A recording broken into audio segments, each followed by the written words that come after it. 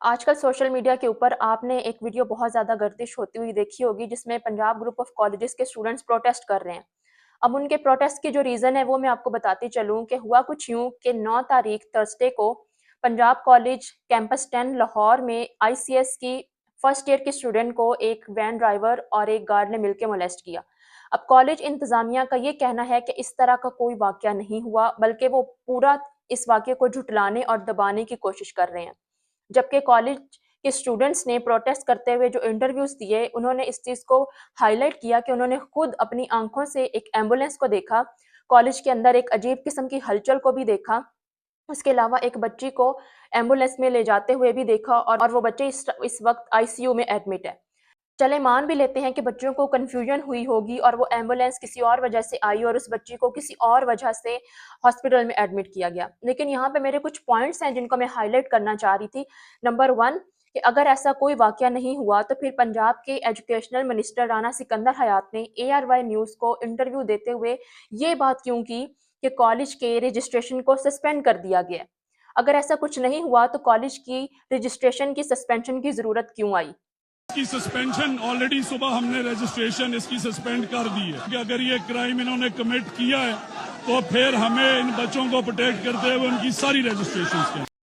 دوسرے نمبر پہ انہوں نے یہ بات کیوں کی کہ کالج کے انتظامیہ کی طرف سے وکٹم کی فیملی کو تھریٹن کیا جا رہا ہے اور کلپریٹ کو پروٹیکٹ کر رہے ہیں۔ پوائنٹ آف ویو یہ ہے کہ کیوں اس بچی کو پروٹیکٹ نہیں کیا گیا اور پرنسپل کو پروٹیکٹ کیا گیا اور الٹا انہیں دھمکیاں لگائی جا رہی ہیں کہ آپ کو نکال دیں گے، یہ کوئی طریقہ نہیں۔ تیسرے نمبر پہ ان کا یہ بھی کہنا تھا کہ کالج کے سی سی ٹی وی فوٹیجز کو ڈیلیٹ کیا گیا ہے اور جو بیسمنٹ میں کیمراز موجود تھے ان کو بند کیا گیا ہے۔ اگر ایسا کچھ نہیں ہوا تھا تو پھر آپ نے سی سی ٹی وی فوٹیجز کو کیوں ڈیلیٹ کیا؟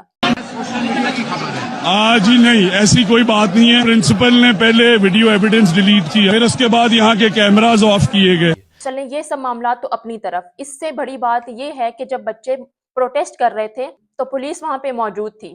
اور پولیس کے ڈی ایس پی بچیوں سے مخاطب ہوئے ہیں اور ان سے یہ بات کر رہے ہیں کہ دیکھیں بیٹا، کالج کے گیٹ کھلے ہیں، آپ اندر چلے جائیں، ایسا نہ ہو کہ ایسا ایک اور واقعہ پیش آ جائے۔ بیٹا اس طرح گیٹ اوپن ہے،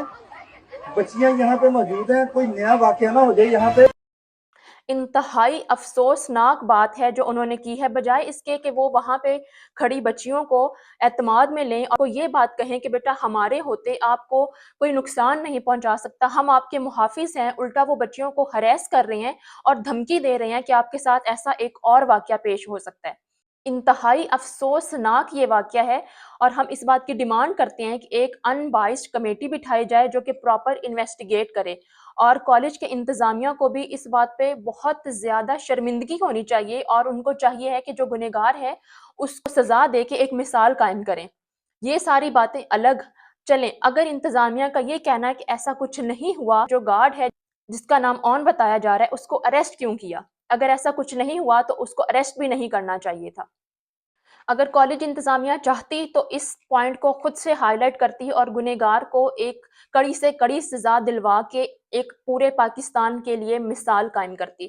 لیکن ہمیشہ کی طرح یہاں پہ بھی مینجمنٹ کو بچایا جا رہا ہے اور وہ اپنے اوپر کسی قسم کا کوئی الزام بھی نہیں برداشت کر رہے۔ اور اگر میں آپ کو بتاؤں تو 2023 میں اس طرح کے کیس تقریباً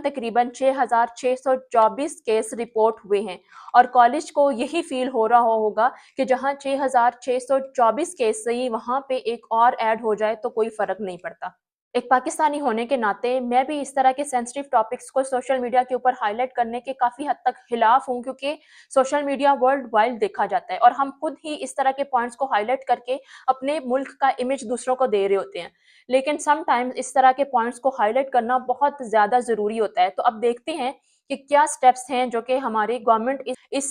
انسیڈنٹ کے اگینسٹ لیتی ہے، اور خاص طور پہ ہمیں انتظار ہے مریم نواز کے بیان کا جو کہ ہمیشہ یہ بات کرتی ہیں میرے لیے عورتیں ریڈ لائن ہے، تو یہ بھی ایک عورت کا ہی معاملہ ہے۔ تو اب دیکھتے ہیں کہ ان کی طرف سے کیا بیان آتا ہے۔